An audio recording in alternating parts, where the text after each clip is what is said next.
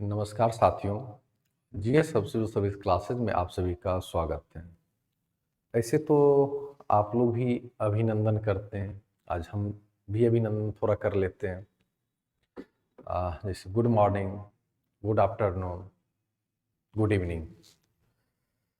आप कहोगे सर 3-3 अभिनंदन क्यों?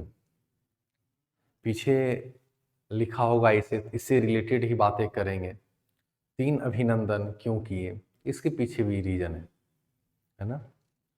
आइए हम लोग, है ना, बुद्ध की कहानी से थोड़ा इसको जानने का प्रयास करें। बुद्ध भगवान के पास 3 व्यक्ति आए अलग अलग अवस्था में। पहले वो व्यक्ति आए जो कि अपने लाइफ के लास्ट स्टेज में थे। वो आए और बुद्ध से पूछे, भगवान हमें ये बताइए, अमर आत्मा नाम की कोई चीज है? बुद्ध ने उन्हें जवाब दिया, हाँ, अमर आत्मा नाम की चीज है, बिल्कुल अमर आत्मा नाम की चीज है। सेकंड, वो व्यक्ति जिनका एज 40-50 वर्ष हो रहा था और उनकी लाइफ अभी और भी बची थी, ठीक है ना, वो और भी जी सकते हैं, अपनी लाइफ को एंजॉय कर सकते हैं। वो भी बुद्ध भगवान के पास आए और उन्होंने भी बुद्ध से वही सवाल किया जो पिछले व्यक्ति किए थे। उन्होंने कहा, भगवान अमर आत्मा नाम की कोई चीज है? तो गौतम बुद्ध ने उन्हें रिप्लाई किया, होती भी है या नहीं भी होती है। फिर तीसरा व्यक्ति गौतम बुद्ध के पास आए। वो युवा व्यक्ति थे जो कि उनकी काफी लाइफ अभी बची थी, वो तो अभी जीना ही शुरू किए थे। उन्होंने फिर गौतम बुद्ध से वही सवाल पूछे कि भगवान अमर आत्मा नाम की कोई चीज है? तो उन्होंने रिप्लाई दिया कि अमर आत्मा नाम की कोई चीज नहीं होती है, अमर आत्मा नाम की कोई भी चीज एग्जिस्ट नहीं करती है। अब एक प्रश्न के 3 उत्तर, जैसे मैंने अभी थोड़ी देर पहले आप लोगों के समक्ष 3 अभिवादन किए थे, उसी तरीके से एक प्रश्न के 3 उत्तर गौतम बुद्ध के द्वारा दिए गए। अब उनके जो फेवरेट शिष्य थे आनंद, जिनका नाम था आनंद, बोले, भगवान ये क्या अनर्थ कर रहे हैं आप, है ना। आनंद ने गौतम बुद्ध से कहा, भगवान ये क्या आप अर्थ के अनर्थ कर रहे हैं, एक ही सवाल के 3 अलग अलग उत्तर दे रहे हैं और कंफ्यूजन पैदा कर रहे हैं, कंफ्यूजन क्रिएट कर रहे हैं। क्यों भगवान ऐसा क्यों कर रहे हैं? तो गौतम बुद्ध ने अपने शिष्य को रिप्लाई किया। उनका जो रिप्लाई आया, बोला, हम सिचुएशन के अनुसार चीजों को हैंडल करते हैं और सिचुएशन के अनुसार हम उत्तर देने का प्रयास करते हैं, ठीक है। तो बोला, भगवान इसी क्या बात है, थोड़ा हमें भी समझाइए। अब गौतम बुद्ध ने अपने शिष्य को फिर इसी चीज को विस्तार से बताया। उन्होंने बोला, जो पहले इंसान आए थे जो कि अपने लास्ट फेज में थे, उन्होंने पूरा जीवन इस बात को मानकर चला है कि अमर आत्मा नाम की कोई चीज होती है ना।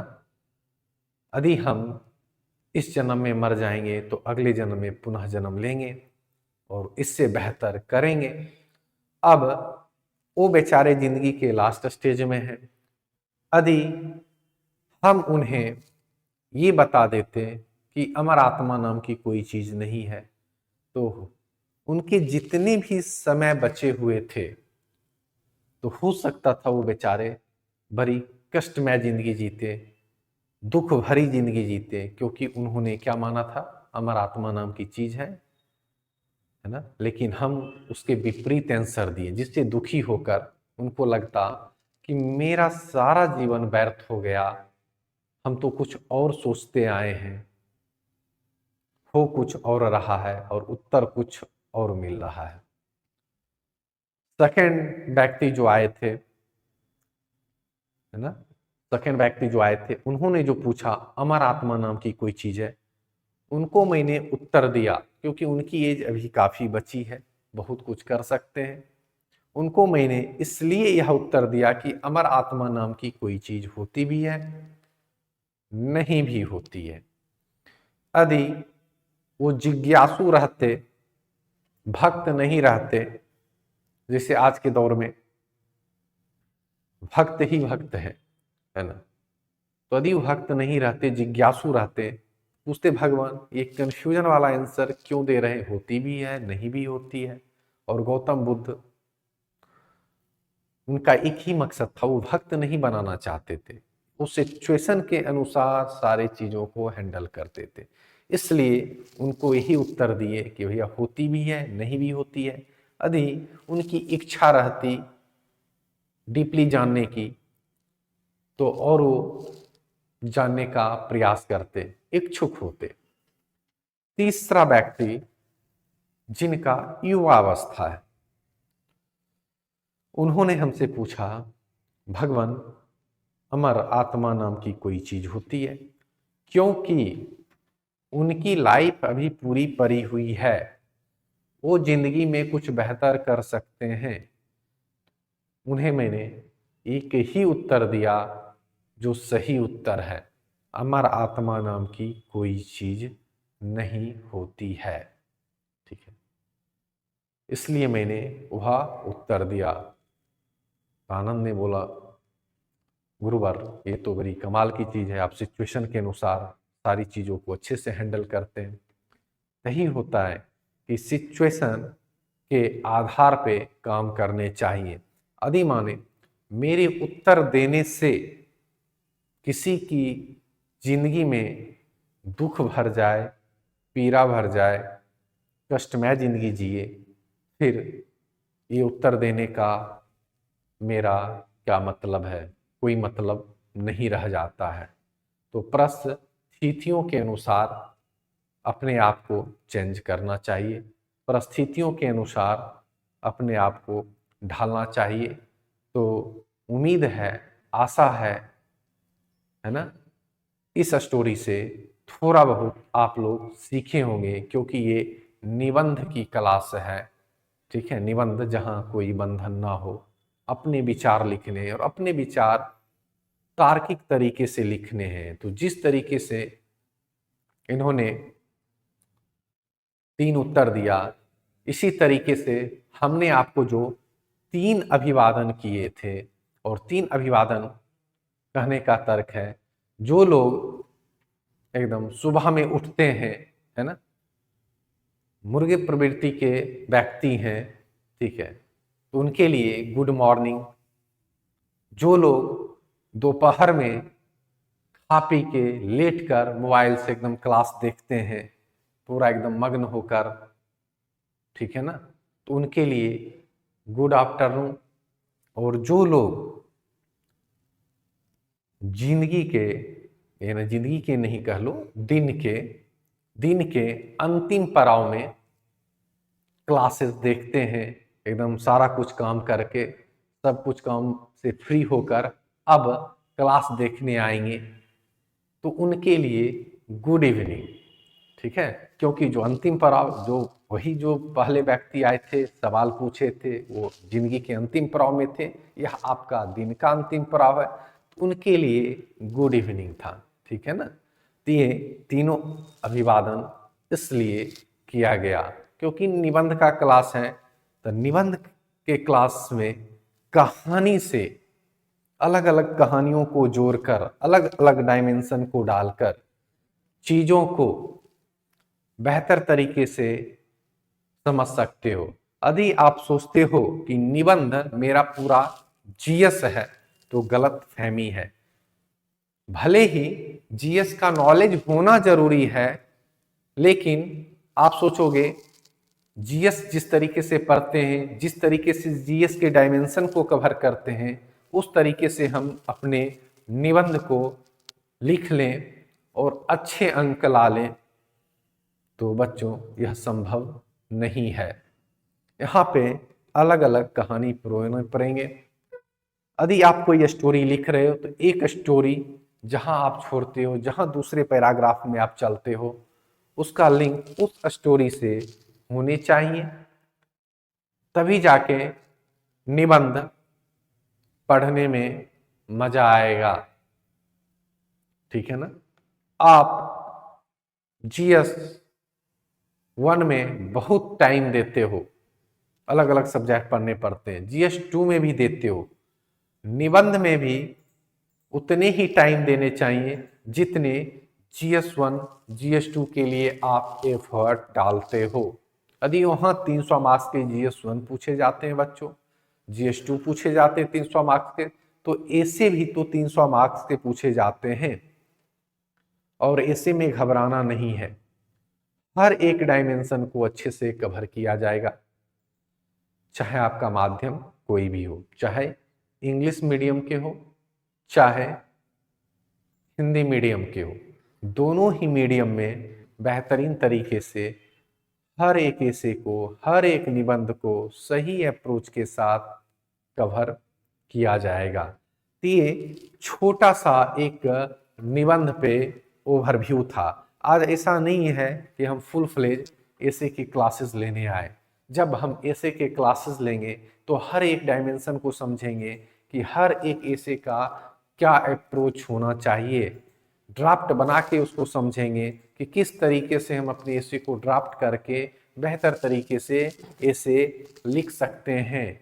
वहाँ भी ऐसे में और समझेंगे यदि मूर्त ऐसे आ गया, अमूर्त ऐसे आ गया, तो मूर्त ऐसे को किस तरीके से हम टैकल करें, अमूर्त ऐसे आ गए उसको हम किस तरीके से टैकल कर सकते हैं, मूर्त ऐसे क्या होता है, अमूर्त ऐसे क्या होता है, हर एक चीज को जानने का प्रयास करेंगे। ठीक है ना। तो हमारी जो एसे की क्लासेज स्टार्ट होने वाली है, एक एसे की तो बैच जा रही है, उसमें ऑलमोस्ट बहुत सारे चीजों को कवर कर दिया गया है। जैसे कि आप बीपीएससी के पॉइंट ऑफ व्यू से देखोगे ना बच्चों, तो 3 सेक्शन एसे के अंदर है, सेक्शन 1, सेक्शन 2 और सेक्शन 3। तीनों मिला के 300 नंबर, यानी 4 एसे रहते हैं। उसमें से एक एसे को आपको पिक करना रहता है, और एक एसे कितने मार्क्स के होंगे, 100 मार्क्स के। यानी 12 एसे में 3 एसे यदि आप लिखते हो तो 300 मार्क्स के। जो पहला जो पोर्शन होगा वह जनरल एसे, यानी आप कह लो स्टैटिक एसे। दूसरा जो होगा फिलोसफिकल एसे आएगा, और तीसरा जो होगा बिहारी एडम्स कह के आएगा। ठीक है, जो कि बिहार से रिलेटेड मुहावरे, वहां से क्वेश्चंस पूछे जाएंगे। तो मुहावरे का मीनिंग जानना जरूरी है बच्चों। ठीक है ना।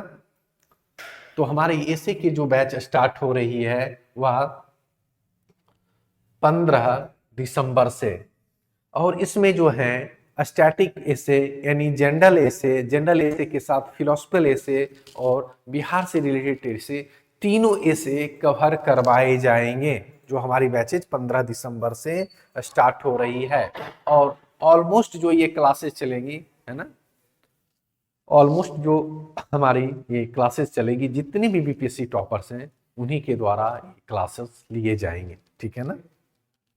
अब यहाँ पे कुछ हम सैंपल नोट्स और टॉपिक दिखाने का प्रयास करते हैं। देखिए ये जनरल ऐसे हैं और इतने टॉपिक्स हम कवर करवाएंगे। ठीक है, वुमेन के ऊपर, है ना, the changing role of women in Indian society, progress and challenges. ठीक है, अब इंडियन फेस्टिवल के ऊपर है, इस तरीके से एजुकेशन के ऊपर, आर्टिफिशियल इंटेलिजेंस के ऊपर, टेक्नोलॉजी के ऊपर, समझ रहे हैं। तो बहुत सारे यहाँ पे ऐसे दिए गए, वेस्ट मैनेजमेंट के ऊपर, ये सब ऐसे के ड्राफ्टिंग नोट्स भी मिलेंगे और उसके पूरे ड्राफ्टिंग के अलावा पूरे नोट्स भी मिलेंगे। वो नोट्स भी हम लोग एक बार आप लोगों को दिखा देते हैं, ठीक है ना। ये आप पहले लिस्ट एक बार देख लीजिए, ये लिस्ट है, या बिहार स्पेसिफिक ऐसे हैं, इधर आप देखोगे फिलोसफिकल ऐसे हैं, ये सारे ऐसे के लिस्ट दिए गए हैं। तो हर एक पॉइंट को पढ़ाया जाएगा, हर एक सेक्शन को अच्छे से कवर कराया जाएगा, इतने सारे लिस्ट है। इसके अलावा मेम के हैंड रिटेन ड्राफ्ट भी मिल जाएंगे आपको, जो मेम के द्वारा लिखा गया है उसके वो नोट्स भी आपको अवेलेबल करा दिए जाएंगे ड्राफ्ट, वो भी हम दिखा देते हैं एक बार, है ना। देखिए इसी के अंदर आपको यहाँ पे है ना क्लासेज तो करवाई ही जाएगी, और सारे जो क्लासेज होंगी बीपीएससी के टॉपर के द्वारा लिए जाएंगे, चाहे वो 68 के टॉपर हो, 69 के टॉपर हो, तो बीपीएससी टॉपर के द्वारा ऑलमोस्ट इसे के क्लासेज लिए जा रहे हैं। टॉपिक वाइज इसे राइटिंग करवाई जाएगी, पर्सनल इवोल्यूशन होता है, ठीक है ना। कंप्लीट कवरेज करवाई जाएगी बीपीएससी मेंस एग्जाम को देखते हुए। तो यहाँ सारे चीज दिए गए हैं, और ये बैचेज इसके अलावा 10 टेस्ट भी है, दोनों मीडियम में क्लासेस चलती है, और ऐसे के 10 टेस्ट भी लिए जाएंगे, ठीक है ना। और यहाँ पे इसके कुछ नोट्स आप देख सकते हैं, है ना। ये देखिए मेम के हैंड रिटेन ड्राफ्ट है। इसके अलावा देखिए है ना, ये सब मेम के नोट्स हैं, आप यहाँ पे देख सकते हैं हैंड रिटेन नोट्स, ये सारे नोट्स मेम के हैंड रिटेन नोट्स हैं, ठीक है। और इसके अलावा हम लोग प्रिंटेबल नोट्स देंगे, जिसे role of education in social mobility, ठीक है। इसके अलावा आपको प्रिंटेबल नोट्स भी मिल जाएंगे, और ड्राफ्टिंग के साथ इसके प्रॉपर वे में सारे नोट्स। ड्राफ्टिंग में आप देखोगे यहाँ पे है ना कोटेशंस दिए गए हैं, करंट न्यूज़ दिए गए हैं, एनेक्डोट्स दिए गए हैं, शॉर्ट स्टोरी, रिपोर्ट डाटा दिए गए हैं, और एग्जाम्पल के तहत हर एक चीज को समझाया गया है। यदि इसे इस तरीके से लिखेंगे तो आपके मार्क्स लाने के चांसेस ज़्यादा हो जाते हैं, ठीक है। तो यहाँ पे देखिए प्रॉपर वे में नोट्स दिए गए हैं। फिर एजुकेशन के ऊपर ही दिया गया है सीकिंग चेंज आफ्टर कोविड, ठीक है। यहाँ पे ड्राफ्ट के अलावा हम प्रॉपर नोट्स भी प्रोवाइड करवा दे रहे हैं, और ये सिर्फ इंग्लिश में ही नहीं है, हिंदी मीडियम में भी है। सामाजिक गतिशीलता में शिक्षा की भूमिका, कोटेशन, वर्तमान समाचार,